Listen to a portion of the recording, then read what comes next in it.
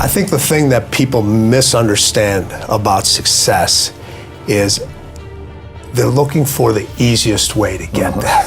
Winning is not about the trophy and the accolades. Everybody wants the end result and they want to feel the sugar and the confetti and all that other stuff. But what you have to endure to win, no one wants to talk about. Every minute you have an opportunity to win. Life and winning is a bunch of sprints within a marathon. After you lose, or when you get knocked down, stay down there for a minute. Understand why you lost. Other people win because you win. It isn't just about you. It's about being able to pull the team. Well, you have individuals that go out and run marathons. You know, if you compete at the highest level and you're a person that just runs marathon, the chances of you winning that marathon are pretty much zero. Winning is not supposed to be fair. Life is not fair. There's nothing that's going to guarantee you that win. When you look in the mirror, you can lie and see what's on the surface. You cannot lie what's going on inside. Need motivation? Watch your top 10 with Believe Nation. Top 10, I got a top 10. Got my motivation high for my top 10. Gotta learn from the wise women and men. All my life, like 9 to 9. For my top 10, top 10, 9 to 9. This one's for my top 10. Hey, it's Carmichael, and I make these videos because you are probably the most ambitious person in your circle, but you know you're capable of more, and you get that push by surrounding yourself with the best. So today, let's learn from one of the best, Tim Grover, and my take on his top 10 rules for success. Enjoy. Okay, let's kick it off with rule number 1. Expect obstacles. I think the thing that people misunderstand about success is they're looking for the easiest way to get there. You know, and it's funny, how many books have you read, or I won't say promoted, but had on your show, and everybody goes 5 easy steps, 10 steps to greatness, you know, 8 steps to this. And those steps for success, they're infinite. They are infinite. You cannot count them. It doesn't matter how long you've been doing it. Those steps are constantly shifting. You don't know if they're there. Sometimes you have to trust that the next step is going to be there when you can't even see it. And sometimes when you step on that step, you go right into quicksand. But you got to be able to pull yourself back out of it again. So everybody's looking for these steps, and there are no steps. Those steps never end. And you just can't climb steps. Sometimes you got to crawl those steps, and you finally get to the top, and everything shifts, and you're at the bottom again. It's crazy. All right. What does that mean? Sometimes you're at the top, and then you're at the bottom again. Well, you may get to the top, and you're like, I'm here, and then you look back down, and you look up again. You're actually on the first step. You're on the first step again. And where you thought was the top is not even the top. It's the beginning. Wow. It's literally the beginning of where you're supposed to be. And that's when most people just quit. It just drives me crazy because everybody's like, people that I do the interview with, I always like to use them as an example because people can relate to that, all right? You've been climbing steps for how long to get to here? I mean, since starting this, it's been over 8 years, but the journey before then, it was, decades to build myself, to prepare myself for this. And now I feel like I'm just getting started. Right, exactly. So you have just, right, exactly. So all the steps that you climbed just to get started. Yeah. Just to get started. And people don't want to talk about those steps. They don't want to talk about those steps and how difficult those steps are and how many steps that you stumbled on and how many steps you didn't even see and how many steps that people placed in front of you and they pulled away. People that you were very close to, people that you knew. Right. That people that you thought that were like, hey, these people actually have my back, except, yeah, they did have your back, but they were actually pushing you down the steps. For stabbing you. Yes. Yeah. No. And it's funny when you talk about those things, or people talk about them, they seem surprised. But you should know that in that path, all those things are going to be there. Mm-hmm. They're going to be there. Rule number 2, be willing to do it again. Winning is not about the trophy and the accolades. It's about the grind. It's about the obstacles. It's about the challenges. It's about the pain that you endure along the way for that 30 seconds of being able to either stand on a platform, be acknowledged by individuals that are close to you. But when that happens, your mind has to immediately shift back, because now you felt and tasted something that you could only get through winning. Are you willing to do it again? Rule number 3, endure. Winning is in all of us. We all want to win.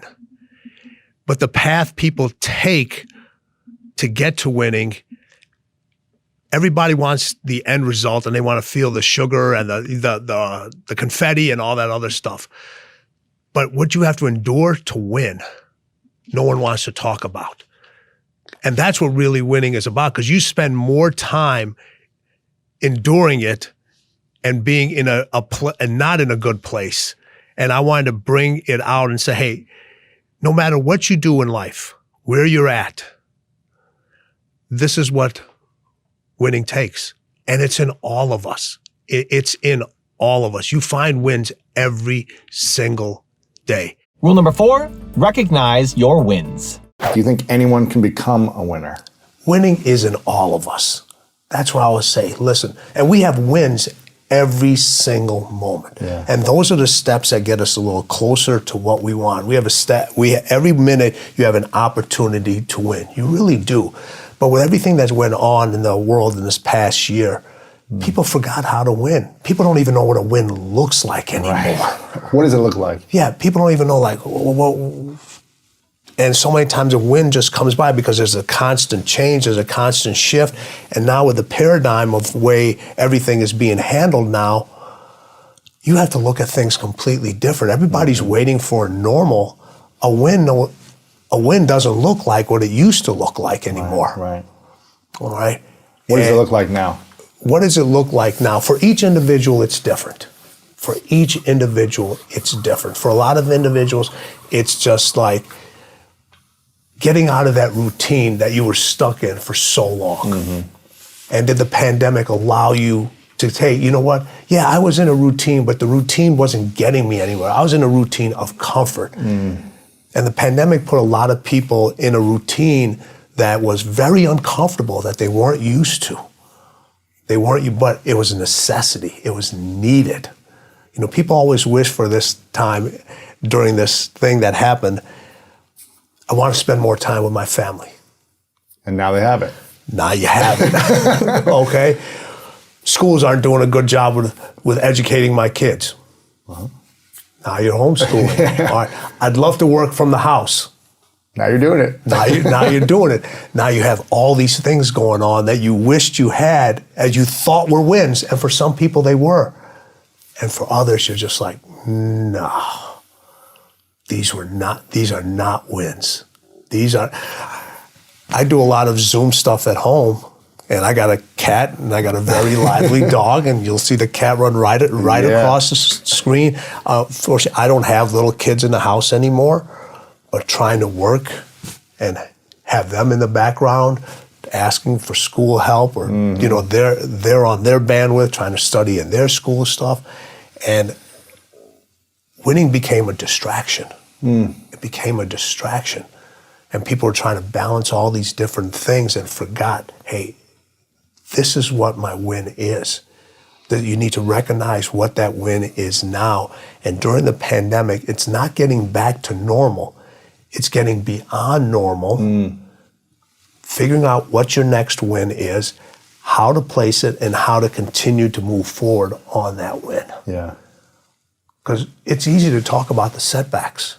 because so many people can relate to that. That gave us a nice little comfort thing. Everybody can use the pandemic as an excuse. Yeah. All right. And then you have other people that thrive during that time. They're like, I got to find out a new way to win. I got to find out like a real new way to win. And you had some people that really won big during that time. Absolutely. They stepped up. They stepped up, yes. They stepped up. They saw the steps, and it was like, okay, are these steps stable? Are they unstable? It doesn't matter. Right. I got to climb them. Right. I got to climb them. Also, if you want to have more self-confidence and self-belief, I've designed a special free training to help you do it. The science says it can take up to 254 days of consecutive action to build a new habit. And I want that for you. I want you to build the habit of self-belief. So what I'm going to do is email you every day for 254 days a link to an unlisted video that will shift your belief forward. To get on it for free, the link to join is in the description below. My very first thing I do when I wake up in the morning is I want to get my head right. I do this thing called priming. Stop resisting. I encourage you, stop resisting the natural flow of epic performance. Stop resisting the natural seasons of life. Everything I didn't want to do is what got me to where I'm at today. Rule number 5, sprint every day. Life and winning is a bunch of sprints within a marathon. You know? That's a fact. Yeah, a bunch of sprints within a marathon. And you can't see the end line. Like in a marathon, you know where the end line is. In winning, that race may have an end line, but there's another start line right after it. Yeah. And for people that are really driven, and this is not about money, and this isn't about fame. This is about, you could be winning as a school teacher, you could be winning as an entrepreneur, you could be winning in business, you could be winning as an athlete, as a waiter, whatever it is, a waitress, whatever it is.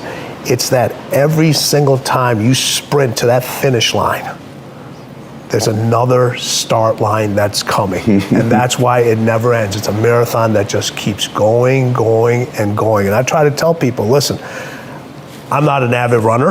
I used to be in my much younger days, not avid. I used to enjoy it. You see the times of the best marathons, they're running Insane. They're basically sprinting. They're sprinting. Yeah. They are sprinting. Everyone looks at the physical condition. Are you mentally prepared to sprint every single day? Are you mentally prepared to sprint every single day? And for how long? Because somebody else is sprinting. You don't want them to get what should be your win ends up being somebody else's win. Rule number 6, know how to lose. It's interesting that you said that I know about winning. The reason I know so much about winning is because I've had to deal with so much losing. That's interesting. What do you mean by that? Everybody wants to win, but in order to know how to win, you got to know how to lose, because you're going to lose more than you're going to win. But every time you lose, what do you gain from it?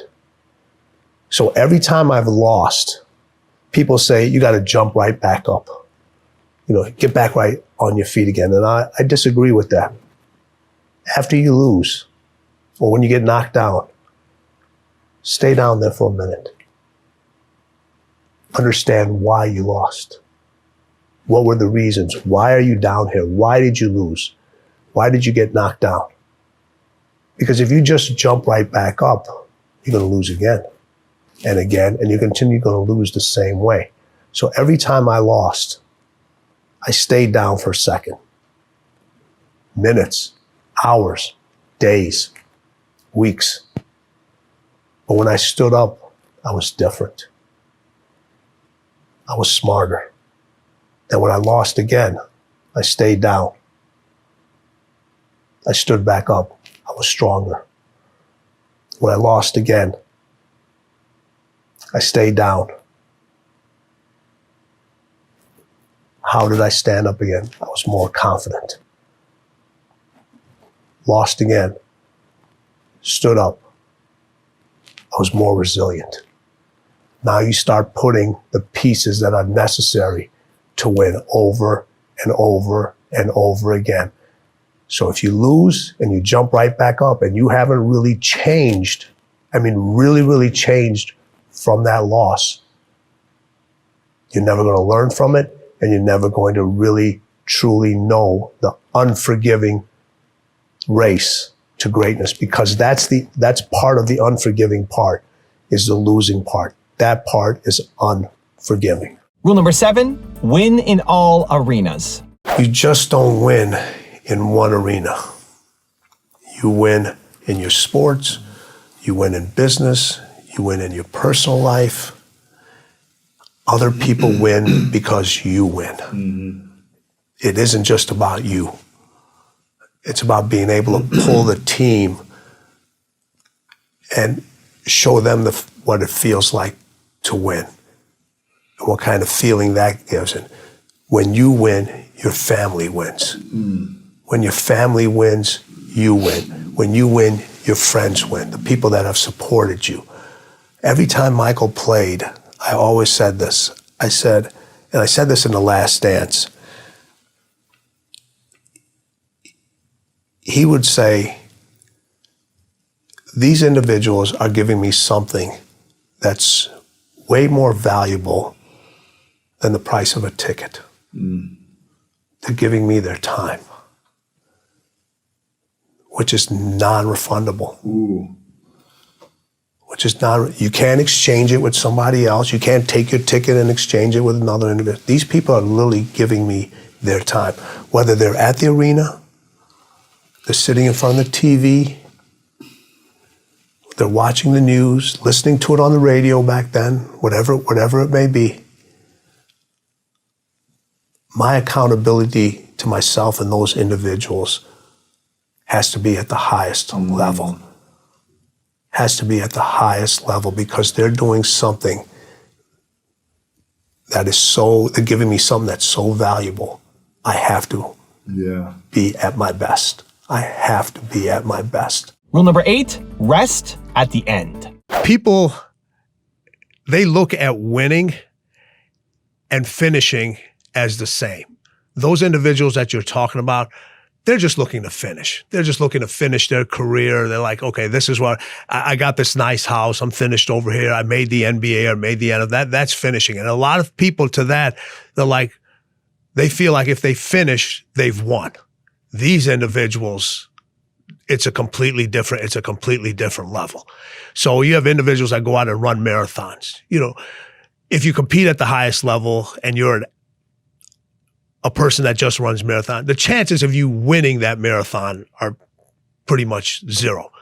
But you're going to finish that marathon. But being able to finish that marathon puts you in a mindset to win at something else. So there's always what's next, what's the next thing that's going on. You know, we talk about what Kobe, one of his biggest lines is, you know, don't rest in the middle, rest at the end. Winners rest at the end. When you talk about people that just want to finish, just what you said, they rest in the middle. Rule number 9, get in the race. Winning is not supposed to be fair. Life is not fair. There's nothing that's going to guarantee you that win. But the only thing that's going to guarantee you that loss is if you don't get in this race. How many people, and you talk about this all the time, about the fears and the emotions and just going for it, just like, here it is. Look at yourself. You've moved 3 different times in probably the last 6 months for whatever reasons you've had, all right? And you've literally packed up and moved, like, here I'm going, here I'm going, here. You got people that won't move themselves out of a chair, and you've literally moved families, lives, and there's literally a fear behind every single one of those, but there's no doubt. And rule number 10, the last one before some very special bonus clips, is visit the person deep within. When they look in the mirror, they're just trying to see what's on the surface. But winning and losing wants to know what's inside of you. It wants to know what makes you tick. It wants to know what your desires are. It wants to know what your ego is. It wants to know what your limitations are. It wants to know what your mindset is. It wants to know everything about you, because Winning does not lie. When you look in the mirror, you can lie and see what's on the surface. You cannot lie what's going on inside. And that's what people are not willing to see. The lies that are truly going on inside of them that are not allowing them to win over and over, or sometimes even win once. You have to look, winning requires you to go so far deep inside yourself. It's way beyond the surface. It's way beyond internal. It's going to a place that a lot of people haven't visited in a long, long time because they're afraid to visit that person, because when they visit that person, they don't know who that person is anymore. Now I've got a special bonus clip that I think you're gonna enjoy, but before that, it's time for the question of the day. I wanna know, what was your single biggest takeaway from this video and your plan of action for the next week? When you just get inspired, you watch a video, you get motivated, amazing. The science says you have a 35% chance of actually doing something, actually following through. That, Believe Nation, is not enough. That is not you, not now, not anymore, not today. But when you get inspired and then you create a specific plan of action for what you're gonna do, that number jumps to 91% chance of you following through. And when you commit publicly to others, like leaving a comment in this video, it jumps to 95%. So the question of the day is your single biggest takeaway from this video and your plan of action for the next week. Put it down in the comments below, and maybe next week I'll profile you. In the book, Kobe said, he said, winning is everything. It's everything. All right? And you sit here and you talk to Mike, whatever Kobe would say, Mike would have to one-up him. Because there's still, the competition never stops. It's always about what's next, what can I win more at? You know, both those individuals, you know, obviously Kobe's not with us anymore, but both those individuals, the competition and the desire and the feeling of winning, even though they were done with playing, manifested into something else. You know, MJ, the most successful sneaker brand out there. All right. Owning a team, tequila business, in the sports gambling business. He's in all those things. He's in all those things. All right. So the competition never stops. With Kobe, it was like, I'm going to win an Oscar. Go out and win an Oscar. Writing children's book. He literally, his goal, his plan was to take over Hollywood. He was like, I owned LA on the basketball court, and now I want to own LA. He wanted to take, that was his winning thing. Take the basketball out of it. Everyone knows I own LA on the basketball court. And we talked about this. He goes, own LA, own LA. And if you look at the paths he was going through, that's what he was doing. That was his next definition of winning. When I started studying, everyone says, oh, you're going to be a gym teacher. I said, no. I said, I'm going to work with professional athletes. I knew what I wanted to do. I said, I'm going to work with professional athletes. So that was the goal I set in my mind. And I just said, hey, that's going to take a place in my head. That's the only thing that I want to do. And I got to figure out a way to get there. So I studied and learned my craft better than anybody else. Did I start with the professional athletes? No. After I graduated, I went to work in a local health club. Really, I knew everything from a book standpoint, but still, you got to know how to apply it. Okay, so I, worked with anybody I could. These are not pros. These aren't pros. I'm talking about housewives. I'm talking about individuals that just want to get in shape. People that have had injuries from different sports, kids, anybody. Just kind of developing programs, implementing what I've learned, and actually being able to apply it. Mm-hmm. And once I started to look at that craft, I said, okay, now I'm starting to figure out how to actually apply this stuff and how to use it and put the formulas together and put the workouts together and do all these different things. I mean, stuff that they're doing now from a workout standpoint, I was doing 30 years ago. Wow. So none of the stuff is new to you? Some of the stuff is new. Is different. I stay on top of it. Right. All right, I got to continue to learn, continue to be better myself so I can better my athletes, better my craft. Mm-hmm. But it's just a different way of doing the same thing. Right now, there's a lot more resources, a lot more education, a lot more testing available. Back then, you kind of had to just figure it out, because a lot of individuals now, okay, especially in this generation, not only from a training standpoint, but from a knowledge standpoint, they're jumping from one thing to another. Yeah. You know, they're using this trainer this week, they're using another trainer next week. You know, they're using this person as a mentor on YouTube, then they're using this person over here, okay, and they're getting all this conflicting information, okay? You gotta master what you're going to master. Okay, you have to figure it out. Too many people are jumping from place to place to place. Michael, Kobe, all these individuals, they mastered one aspect of the game.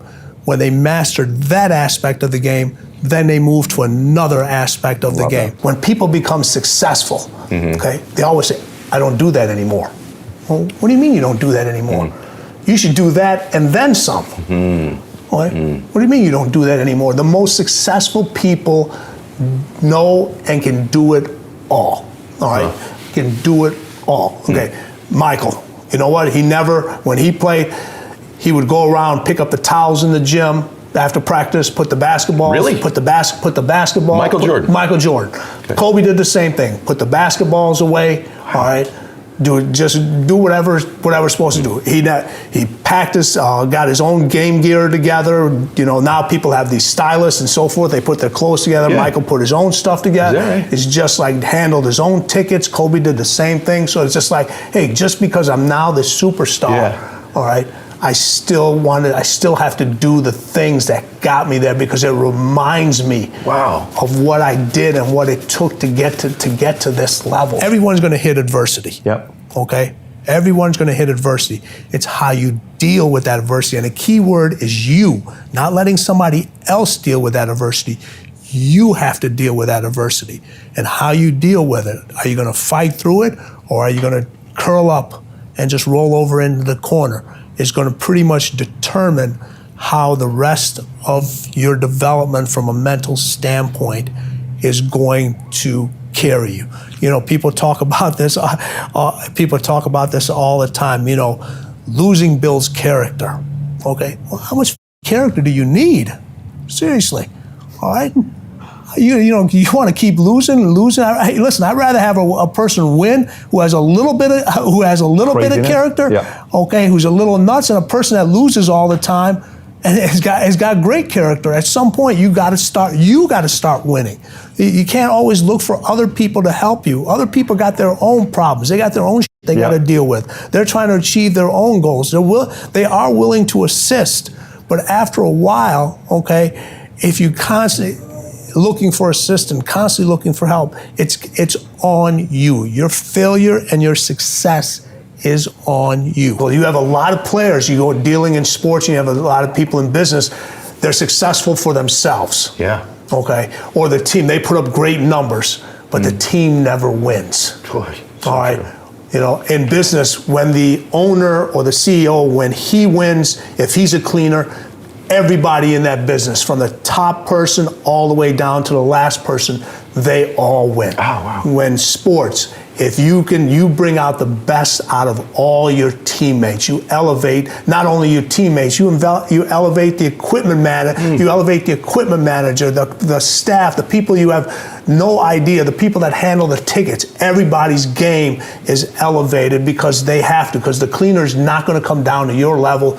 You got to come up to theirs. So when you choose somebody to listen to, and you choose somebody to learn from, and you choose a business partner, you choose a client, they got to be as crazy and they got to be as you are. That's how you get success. That's how you know you're going to be able to push that individual. That's how you know that relationship is going to last. You know, people talk about in business or think, oh, you got to find a balance. You got to find that person. You know, if you're one way, you got to find a person that's the other way. No, that's pulling you away from how you want to do things, and how, if you're intense, the next person I want is to be as super intense. Now, those people around you, they got to be smarter than you are. Right. You don't want to surround yourself with people that, if you're the smartest person in the room, you need to get more people in the room. Sure. Okay, you should not walk into the room and ever be the smartest person in there.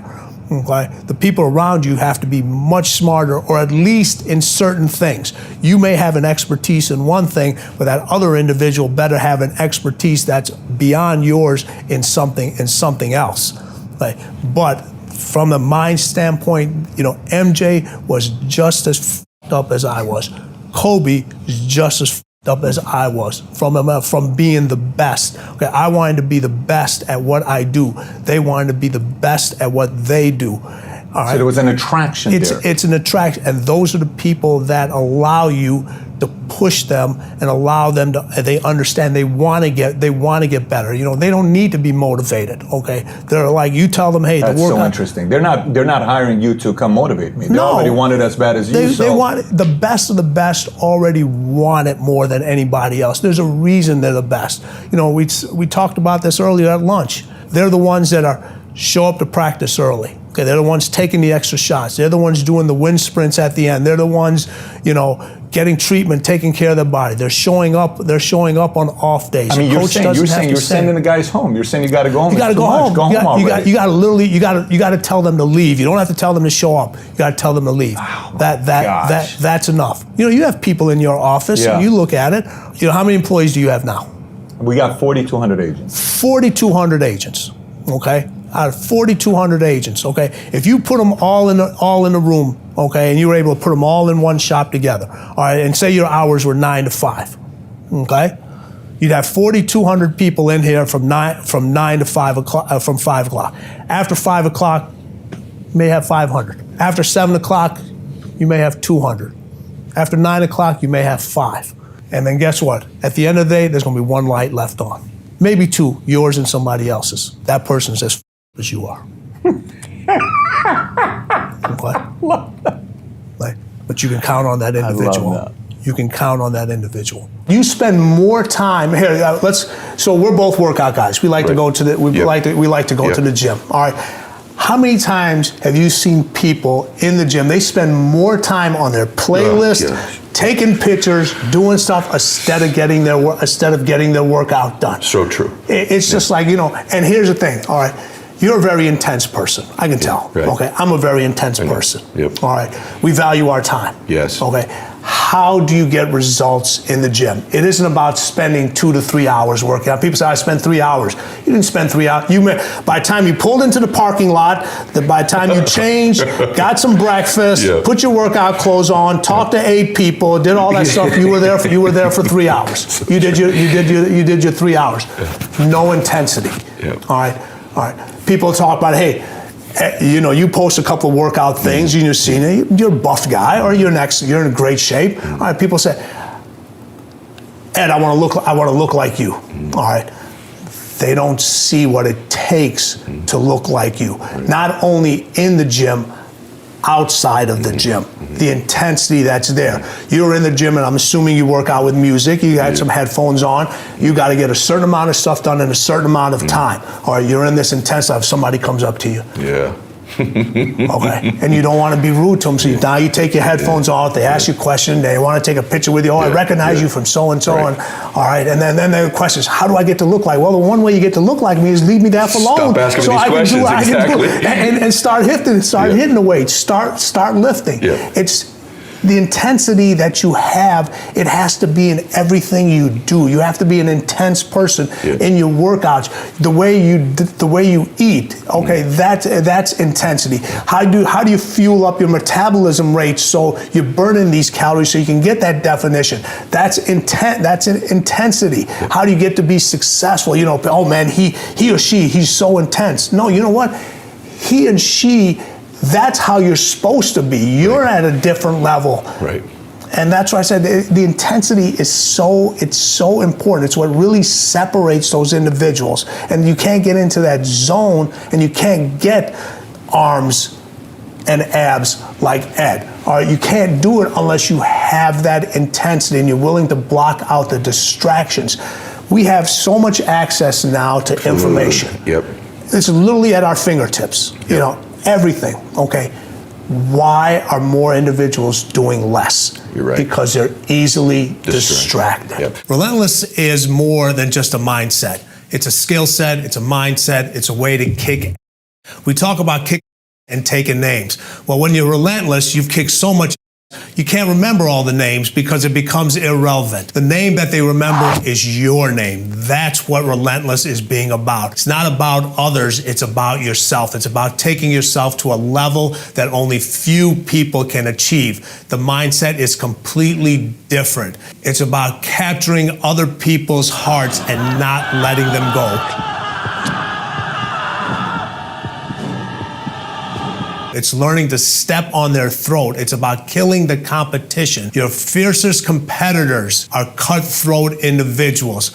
All they want to do is win, and they want to win over and over again. It's not just a one-time thing. Success is repeated many, many times. You can have a skill set to do a lot of things. Okay, you can train, you can read a manual, you can do all these different things, but a skill set only works if you have that mindset. Everyone talks about, I got passion, I got inner drive.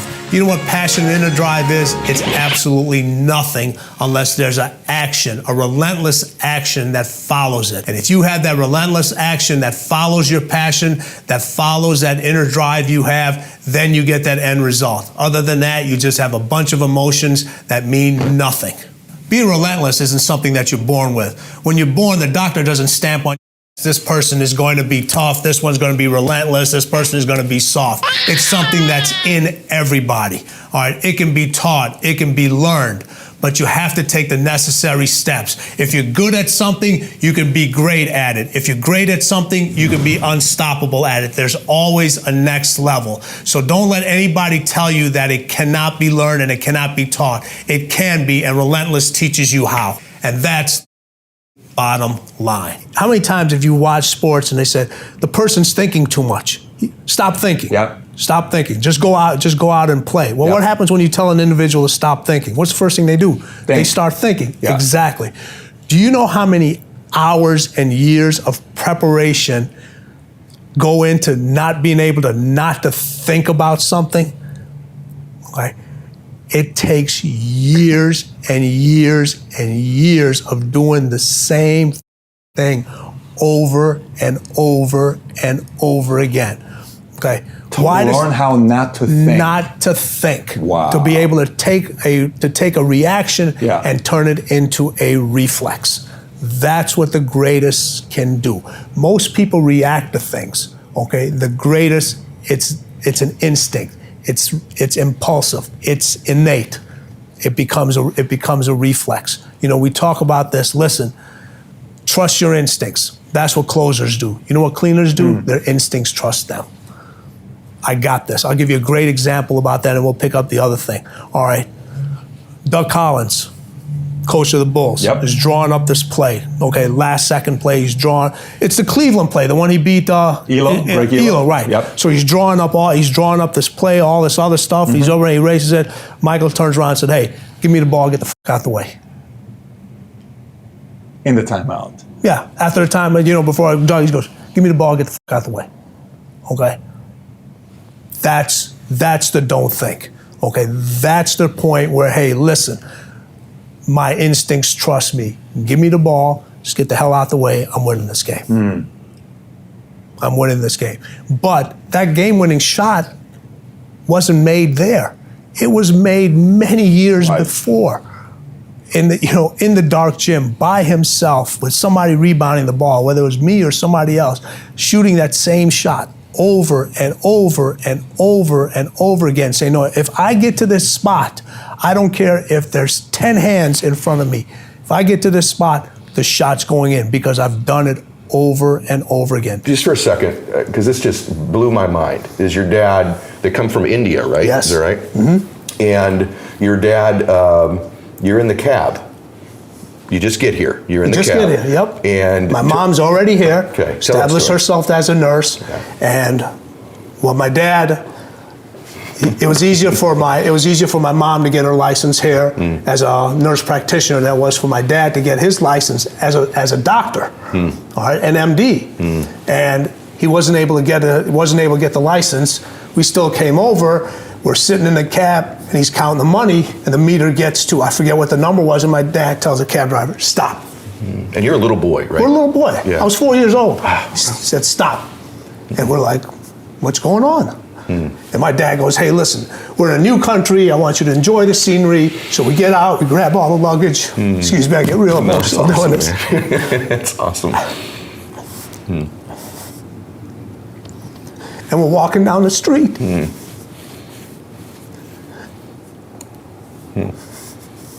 That's awesome, brother.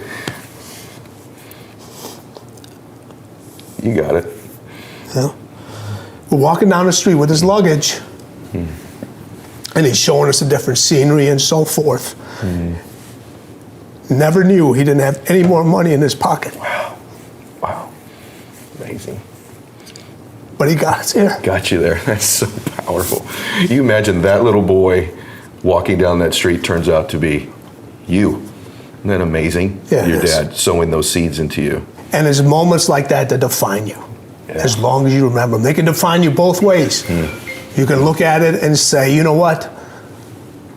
You can use that as an excuse. My dad came to this country, he didn't have any money, he never gave me anything, he never did this, and people do that. Or you can look at it and say, he gave us everything. Well, you know what? In the book Relentless, we talk about the don't think concept.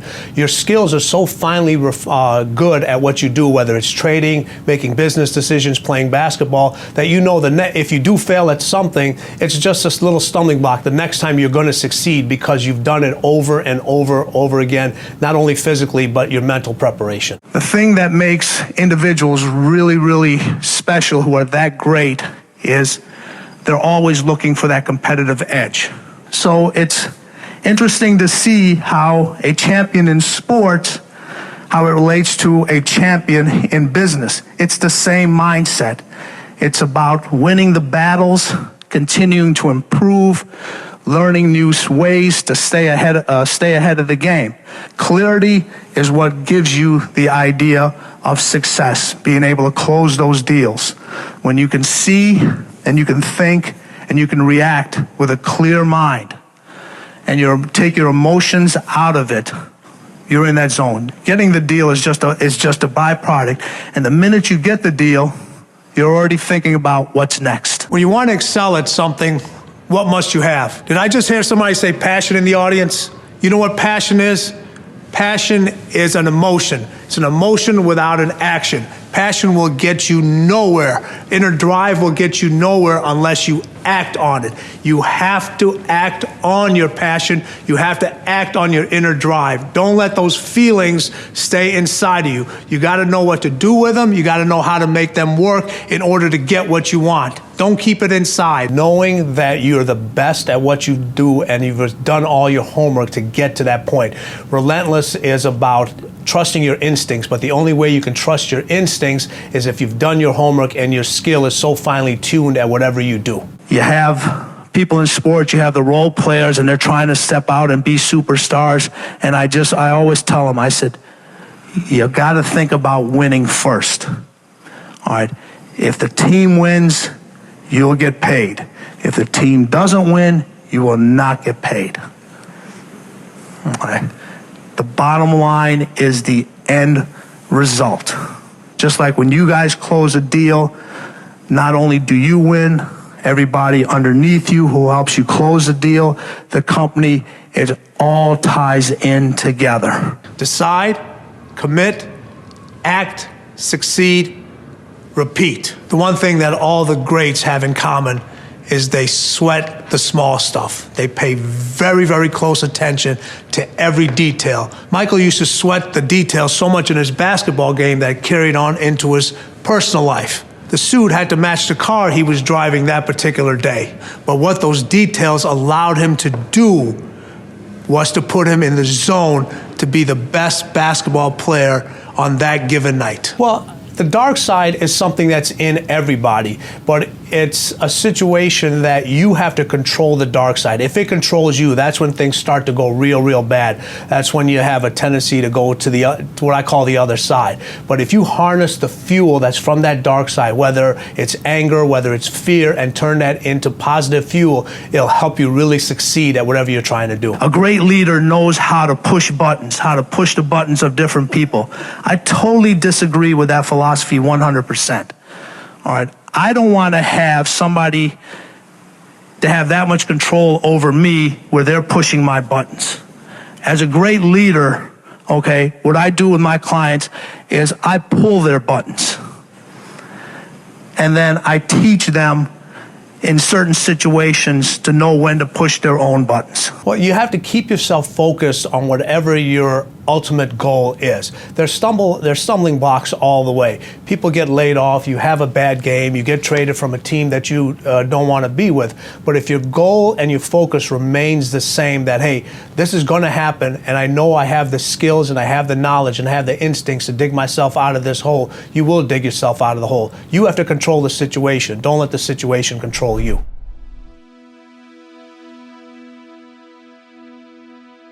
If you want even more Tim Grover, check out the video right there next to me. I think you'll love it. Continue to believe, and I'll see you there. When people become successful, okay, they always say, I don't do that anymore. Well, what do you mean you don't do that anymore? You should do that and then some. There's so many individuals out there that are so